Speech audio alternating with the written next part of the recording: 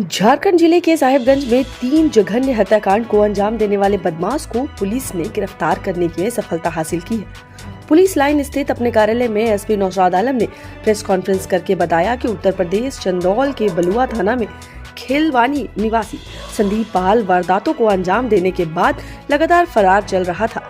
इसकी गिरफ्तारी के लिए न्यायालय से वारंट भी निर्गत था। इसके निर्देश पर इसकी गिरफ्तारी के लिए मिर्जा चौकी थाना प्रभारी प्रकाश रंजन के नेतृत्व में एक टीम का गठन किया गया। गठित टीम के सदस्यों ने पेशेवर एवं तकनीकी तौर पर कार्रवाई करते हुए बदमाश संदीप पाल को मिर्जा चौकी से गिरफ्तार कर लिया। इसके पूर्व पुलिस इसकी तलाशी में यूपी से भी गई थी, लेकिन इसका पता नहीं चल पाया था। पुलिस ताक में लगी रही। इधर प्रेमिका से बात करने के चक्कर में संदीप पकड़ा गया। एसपी ने बताया कि संदीप यहां किसी क्रशर में मुंशी का काम करता था।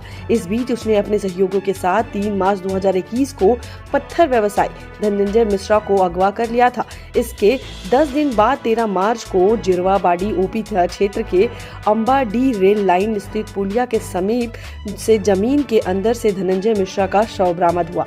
इस संदर्भ में मिर्जा चौकी थाना के कांड संख्या 15/21 के तहत प्राथमिकी दर्ज थी। इसके बाद संदीप पाल ने 24 अगस्त 2022 को जिरवाबाड़ी ओपी अंतर्गत पिंडारी निवासी उप प्रधान प्रकाश बास्की उर्फ बबलू बास्की का अपहरण कर लिया था। बाद में बबलू बास्की का शव बोरियो थाना अंतर्गत चंपा गांव के जंगल से पुलिस ने बरामद किया। संदीप पाल जो हत्या का कई केसों में यहाँ वांछित था, इसकी गिरफ्तारी थाना प्रभारी मिर्जा चौकी के द्वारा एक गठित टीम के द्वारा किया गया है। और उसके गिरफ्तारी के बाद 3 कांडों का हम लोगों ने उद्भेदन कर लिया है, जो मुख्यतः ये हत्या से संबंधित ही तीनों कांड था। पहला कांड जो धनंजय मिश्रा जी का था, जो महादेवगंज में क्रशर वो चलाते थे और उसी इतराफ में ये रहकर मुंशी का काम करता था क्रशर, और वहीं से इसका इनसे विवाद हुआ धनंजय मिश्रा जी से, जिसके वजह से उनका हत्या करके लाश को पहाड़ी के जेसीबी के माध्यम से खोद कर डाल दिया गया था, ताकि उसका कुछ अता पता नहीं चले।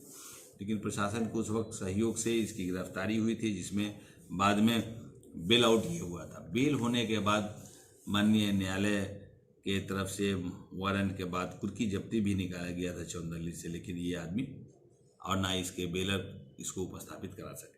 अथक प्रयास से थाना प्रभारी के द्वारा मेरे पर्सनल इंटरेस्ट लेके चुके आदरणीय डीजे साहब ने हमके रिक्वेस्ट भी किया था, तो गिरफ्तारी भी। उसके बाद से इसने वर्ष 2022 में बबलू जो ज़मीन से संबंधित जुड़ा हुआ उनका मैटर था, उसको इसकी बात जब नहीं माना तो फिर उसका हत्या कर दिया। हत्या करके लाश को जाके छिपा दिया। तीसरा हत्या अभी हाल में ही वर्ष 2023 में रविंदर यादव जी का हुआ, जो मछली मार रहे थे यहाँ पे गंगा नदी के किनारे, और वहाँ से जाके दिन के समय में ही अपने ग्रुप के साथ गया और ताबड़तोड़ फायरिंग किया। दहशत वहाँ फैल गया और वहीं पर बेचारे धराशायी हो गए। वहाँ से ये लोग समस्त लोग वहाँ से भागे थे, जिसमें से ये नामजद था। इस केस में भी ये बेसिकली यहाँ रहकर मुंशी के रूप में तो काम करता था, लेकिन आर्म्स का तस्करी भी ये करना शुरू कर दिया था। यूपी से आर्म्स का तस्करी भी करता था। इनके सहयोगी में अभी 4 लोगों को हमने वेपन के साथ अभी हाल में ही पकड़ के भेजा था रविंदर जी के हत्या के केस में, और आर्म्स इनके पास से भी मिलने की संभावना है। हमको लगता है कि रिमांड पर लेके फिर हम लोग आगे पूछताछ करेंगे तो कुछ और भी क्लू मिलेगा। अभी तत्काल हम माननीय न्यायालय के समक्ष उपस्थापित कर रहे हैं। हम ऐसा मानते हैं कि इनके पकड़े जाने से जो पूर्व में जो भी हत्या की केसेस जो हुआ था, इसका पटाक्षेप हो गया है, और इसने एक बालिया बयान में अपने आप को एक्सेप्ट भी किया। हम मानते हैं कि इनके पकड़े जाने से अब समाज में एक तो मैसेज भी गया कि सही आदमी की गिरफ्तारी हुई, केस का उद्भेदन हुआ, और जो खौफ और जो दबदबा था, जो डर भय था, वो कम हुआ समाज में। ऐसे कोई भी लोग जो भी होंगे इस साहिबगंज जिला में, चाहे वो बाहर से आते हों या कहीं के भी रहने वाले हो, आपराधिक तत्व के लोगों को बिल्कुल हम लोग की, हमारे प्रशासन का, पुलिस का पैनी नज़र रहेगी, और उनको बिल्कुल हम लोग छोड़ेंगे नहीं। कानून का हाथ लंबा है, भले लेट हो सकता है, लेकिन बचना मुश्किल है।